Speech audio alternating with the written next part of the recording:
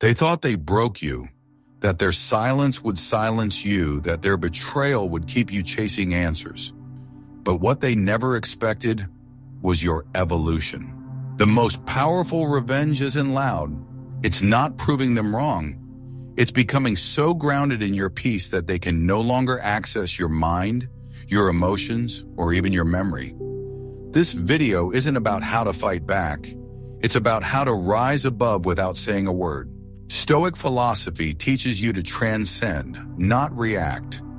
And in a world addicted to drama and revenge, your silence becomes your sharpest weapon. In this video, you'll learn how to reclaim the energy they stole, build emotional strength, and become someone they can't touch because you've outgrown them. If you've been hurt, ghosted, or betrayed, and you're done playing emotional tug-of-war, this is for you. Like the video, subscribe to the channel, and tap the bell so you never miss a moment of clarity. Your peace starts now.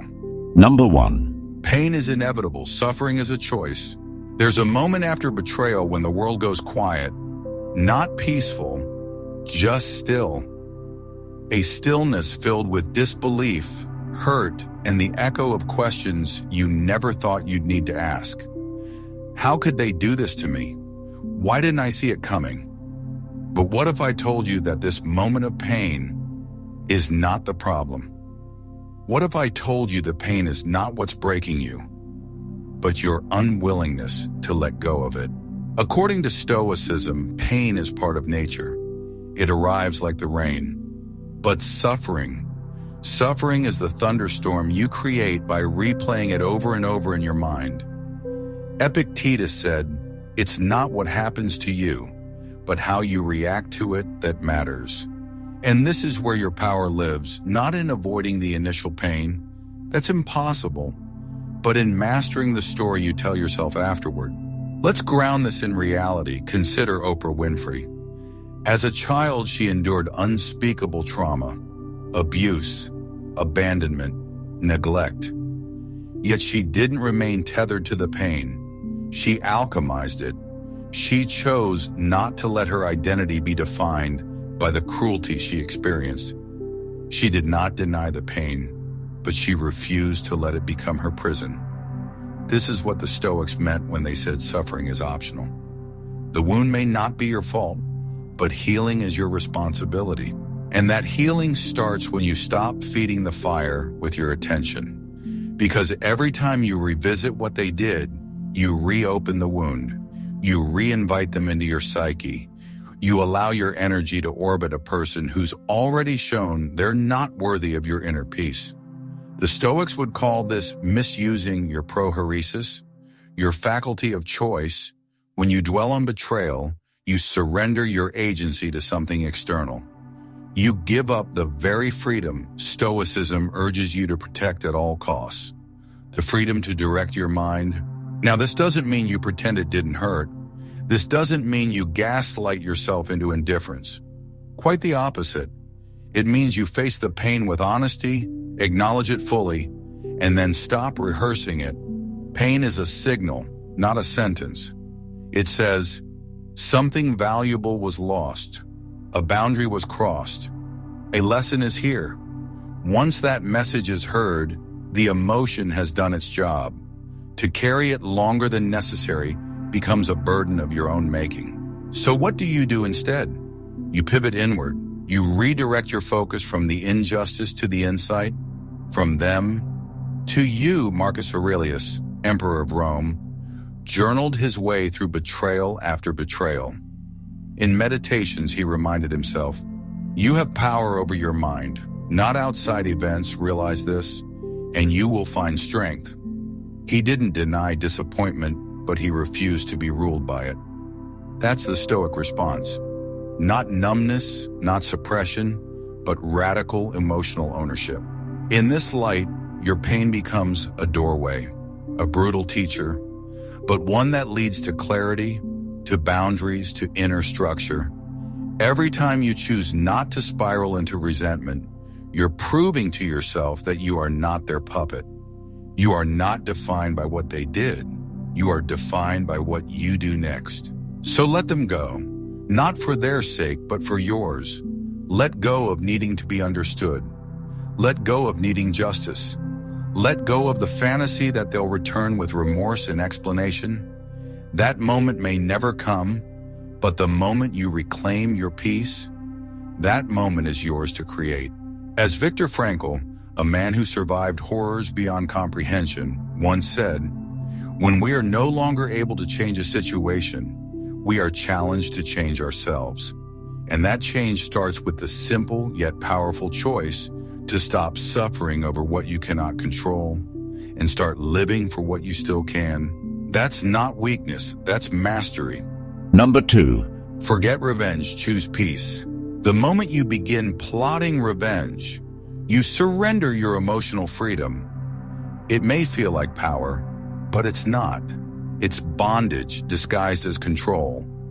You tie your sense of peace to their punishment, your forward motion to their fall, and in doing so, you give them continued access to your energy. Stoic philosophy calls this a waste of your inner resources, because what you're really doing is anchoring your identity to someone who already hurt you once, and now continues to hurt you in your imagination.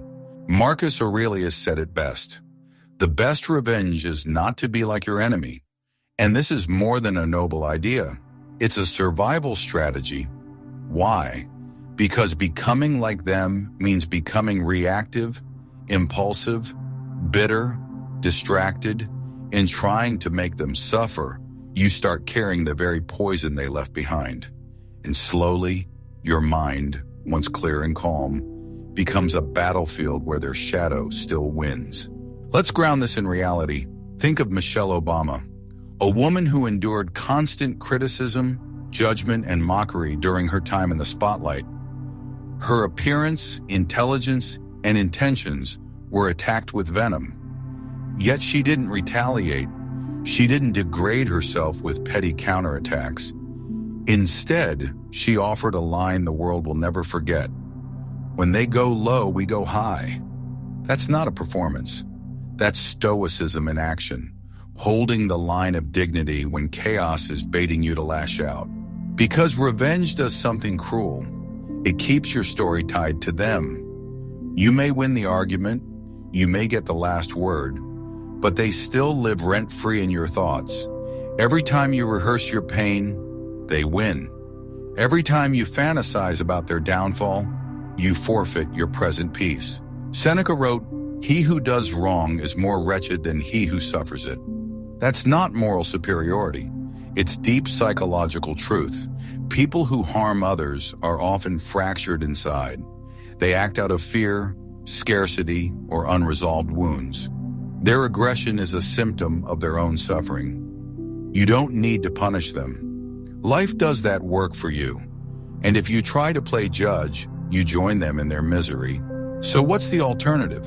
You redirect, you use every ounce of anger, every sharp edge of betrayal, and channel it into your own construction. You don't burn down their name, you build your peace. You don't respond to their chaos, you remove their access. And in that silence, in that withdrawal, you don't lose, you rise. This is what the Stoics meant by emotional sovereignty. When you let go of revenge, you don't excuse what they did. You elevate above it, you stop reacting, and you start reclaiming.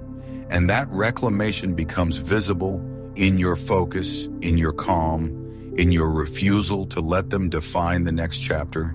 Revenge says, "You hurt me and I'll hurt you back." Peace says, "You hurt me and I'll never let you near me again." Which one is louder? Which one lasts longer? The first may feel satisfying for a moment. The second will change your life. And no, this is not about being passive. It's not about pretending nothing happened. It's about refusing to sacrifice your future just to settle a score in the past. It's about declaring, "This ends with me. The cycle stops here." You will know you've outgrown the wound when you can walk away without needing them to suffer. When you can let them wonder, let them sit in the silence of your absence. Let them talk and find no response. That's not weakness. That's precision. That's mastery. You don't rise by fighting back. You rise by not falling for it again. That's how you win, not through revenge, but through radical detachment. And once you choose peace, no one can use your anger against you. Number 3. Set boundaries as a form of justice. They don't need to hit you to harm you. Often, the real damage is subtle, a pattern of guilt-tripping, constant interruptions, veiled insults wrapped in jokes, silent treatments that last just long enough to keep you uncertain. And over time, you begin to question yourself, not them. That's how control works. It doesn't start with a scream. It starts with a quiet erosion of your self-trust. But here's what Stoicism teaches. Justice is not about getting even. It's about getting clear. You don't need to punish them. You need to protect you.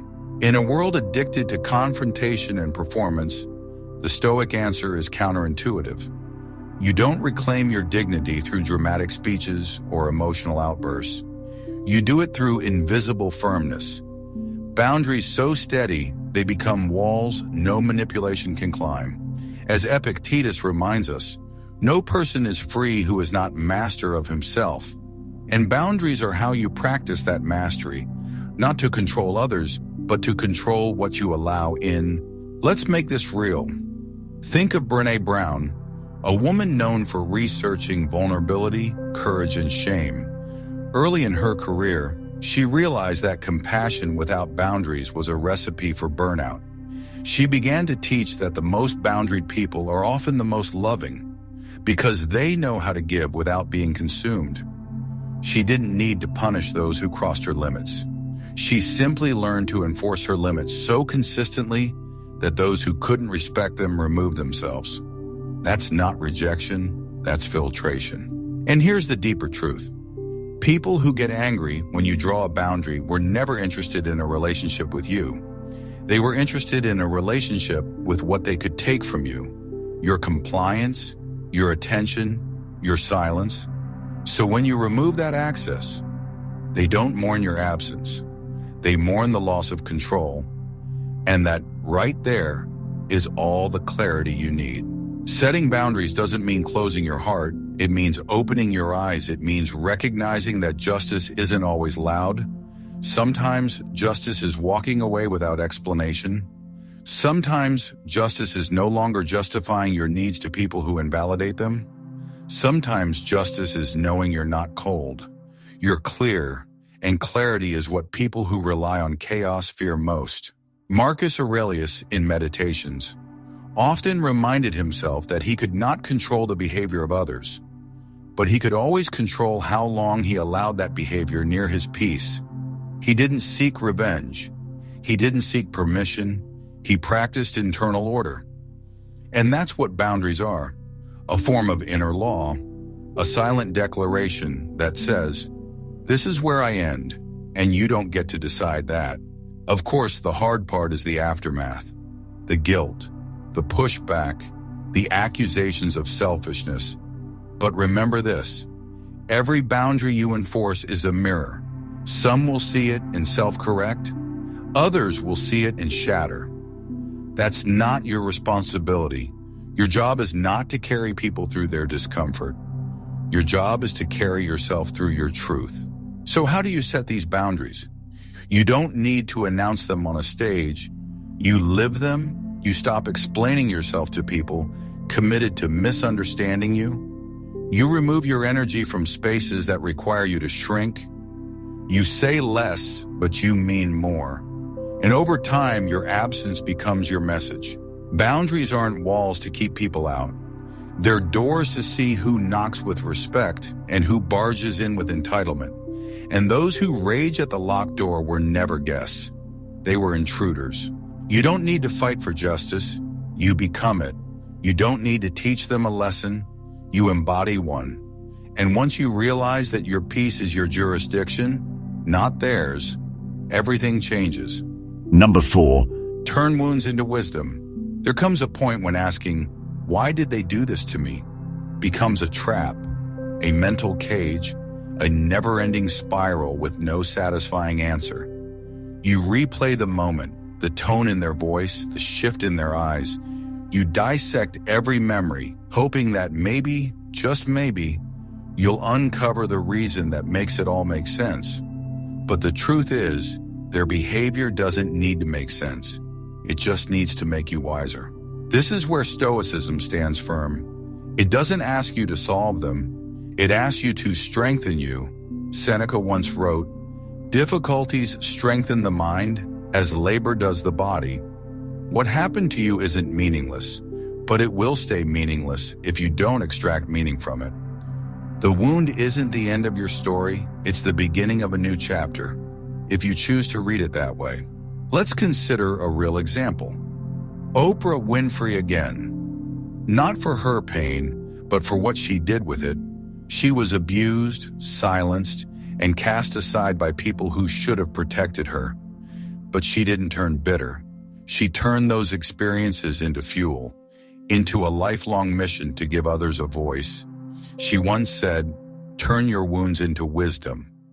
That's not just advice, it's survival. That's what Stoicism teaches. Pain is inevitable. Staying in pain is optional. And if you keep asking, "Why me?" you'll never get to "what now?" The Stoic response is not denial, it's transformation. Marcus Aurelius didn't hide from betrayal. He faced it head on. And yet, he asked himself in Meditations, "What can I learn from this? How can this sharpen me?" That's the pivot. That's the moment you take your power back. Not by understanding their motives, but by understanding your next move. Turning wounds into wisdom means seeing every scar as a signal. What boundary was too loose? What pattern did you ignore? What silence did you tolerate too long? You're not blaming yourself. You're reclaiming authorship.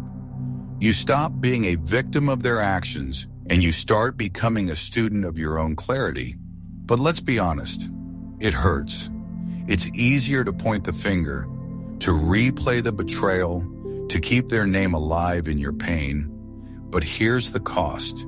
If you don't choose to learn, you will repeat the same kind of people, the same kind of wounds, different faces, same dynamic, because lessons unlearned always return. So the better question is not why did they hurt me, but what is this teaching me about how I see myself? Every betrayal is also a mirror. Did you ignore red flags because you didn't want to be alone? Did you overextend because your self-worth depended on their approval?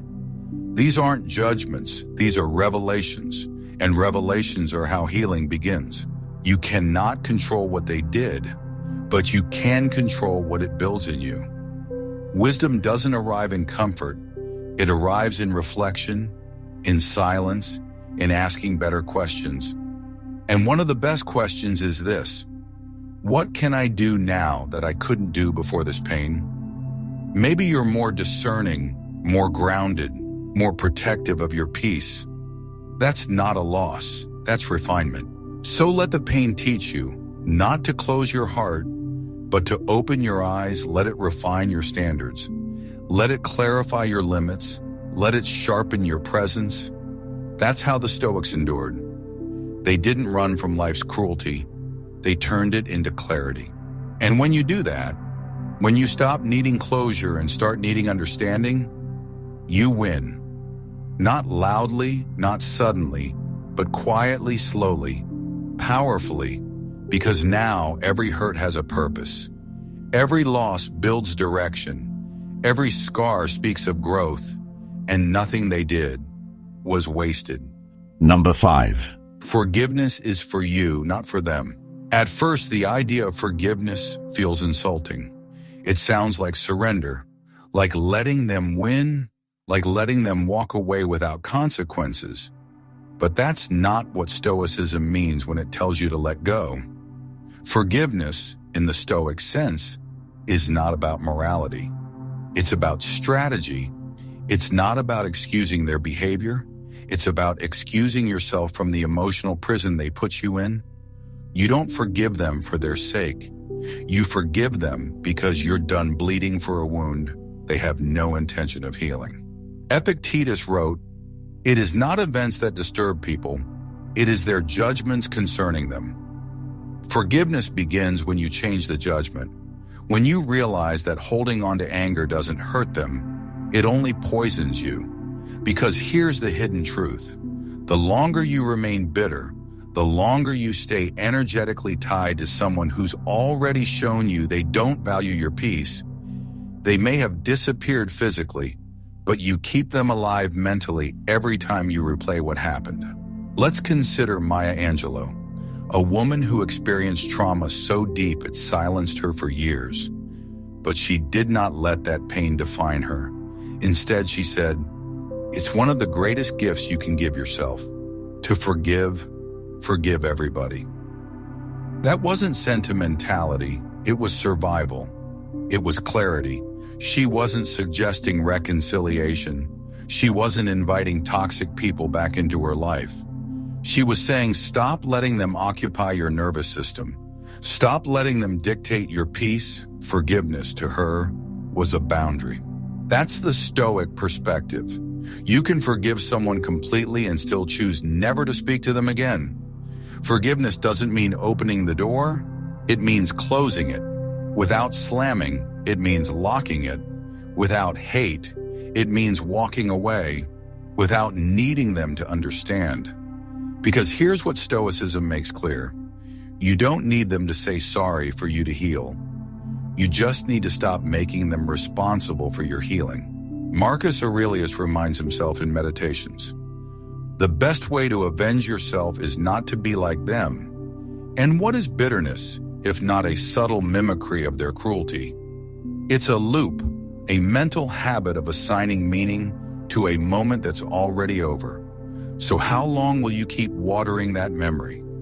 How long will you let that shadow follow you into every new relationship, every quiet moment, every time you try to sleep? Forgiveness isn't weakness, it's restraint. It's refusing to strike back. Not because you can't, but because they're not worth the wait. When you forgive, you're not saying, it's okay. You're saying, it's over. You're choosing presence over the past. You're choosing clarity over closure. And yes, it's hard. Some days the resentment creeps back in. Some days the urge to expose them or explain yourself rises like fire in your throat. But that's the practice. Forgiveness isn't a moment, it's a discipline. A decision you recommit to every time anger comes knocking. And how do you know you've forgiven? When their name no longer pulls your focus, when your body doesn't tighten at the thought of them, when you no longer fantasize about justice, but about freedom, when the story no longer ends with, they hurt me, but with, and I kept going. Forgiveness says, I choose not to live in reaction, I choose to live in alignment. It doesn't mean they're welcome back. It means they no longer have access. Even in your mind, that's Stoic freedom. And it belongs to you the moment you decide they're no longer worth caring. So today, don't wait for their apology. Don't wait for them to understand. Set yourself free, not because they deserve peace, but because you do. Number 6, embrace dignified detachment and silence. There's a moment after the shock, the begging, the confusion, when silence becomes the only thing left to say. Not because you're weak, but because you've outgrown the noise. And that's when you uncover a level of strength most people never reach. Dignified detachment. Dignified detachment is not indifference. It is not coldness. It is the quiet decision to stop participating in your own exhaustion. It is the deep, grounded choice to no longer explain yourself to people committed to misunderstanding you. And in the language of Stoicism, it is the application of emotional discipline in its purest form. Epictetus put it simply, keep silence for the most part, not as a rule of repression, but as a rule of focus. Because the more you react, the more you are controlled, the more you speak into emotional chaos, the more you lower yourself to the volume of those who thrive in disorder. Detachment then becomes not just a practice of peace, it becomes protection. Let's turn to a powerful example. Michelle Yeoh, for decades, she delivered stunning performances in an industry that sidelined her. She didn't lash out. She didn't fight the narrative with outrage. Instead, she focused on her craft. She let her silence become the stage on which her excellence stood alone. And when she won the Oscar for Best Actress, she didn't need to explain the years of silence. The silence had already said everything. It was never weakness. It was quiet proof that she was never waiting for approval, only preparation. This is the Stoic strategy in action, not dramatic exits, not bitter speeches, but silent alignment. You withdraw, not to provoke curiosity, but to preserve your sanity. You walk away, not to make a statement, but to keep your soul intact. And in that space, without chaos, without performance, you heal. Marcus Aurelius reminds us in Meditations, nowhere you can go is more peaceful, more free of interruptions than your own soul. Silence is not escape, it's return to yourself, to your breath, to the inner place that doesn't need to be defended or decoded by anyone else. That is dignified detachment, not rejection, redirection. Still, some will not understand your silence. They will call it arrogance. They will claim you're running away. Let them. You owe no explanation for protecting your peace. In fact, the more they resist your detachment, the more they reveal what they were feeding on. Attention, drama, control. And when you remove that energy, they crumble, not because you harmed them, but because you stopped giving them access to what they never earned. Detachment is not the absence of care. It is the presence of clarity. You stop arguing with people who twist your words. You stop seeking closure from those who close the door without knocking. You stop narrating your healing to people who only showed up for your pain. That is not bitterness. That is boundaries built in silence. And most importantly, silence is not passive. It is active restraint. It is the sword you sheath, not because you lack power, but because you've mastered it. When you say nothing, they are left to face their own echoes. When you no longer show up to prove, they are forced to sit with their assumptions. That discomfort is not your concern. That clarity is your reward. So the next time you feel the urge to reply, explain, prove, or punish, pause, ask yourself, will this restore my peace or will it waste it? Most of the time, your highest form of self-respect will sound like silence, and your greatest victory will look like distance. Let that be your answer. Let that be your power, and let that be the last thing they never hear from you. Number 7, you don't need closure, you need clarity. Closure is one of the most seductive illusions we chase after being hurt. We think that if they just explained why they lied, why they disappeared, why they changed, then somehow the pain would lessen. We think that if we could just understand their side, we could move on. But Stoicism teaches something radically different. You don't need closure from them. You need clarity from within. Closure is not something you wait for. It's something you create. The desire for closure often comes from a deep craving for control. We want to make sense of the pain so it feels less threatening, less chaotic. But Marcus Aurelius reminds us, you have power over your mind, not outside events. Waiting for someone else to give you peace is like waiting for the storm to apologize. It never will. And your life will remain on pause until you realize their explanation isn't necessary for your evolution. Nowhere is this more evident than in the life of Adele. After one of her most painful breakups, she didn't get closure in the form of a mutual conversation. She didn't get an apology. What she did get was a deeper connection to herself. Through her music, she transformed unanswered questions into clarity. She once said that writing those songs helped her understand herself far more than understanding her ex ever could. That's the Stoic method in action.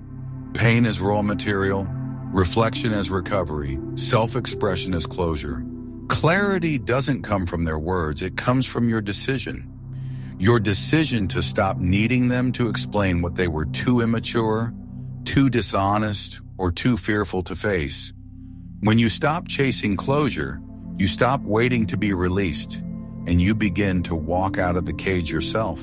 Epictetus said, "When someone is properly grounded in life, they shouldn't have to look outside themselves for approval."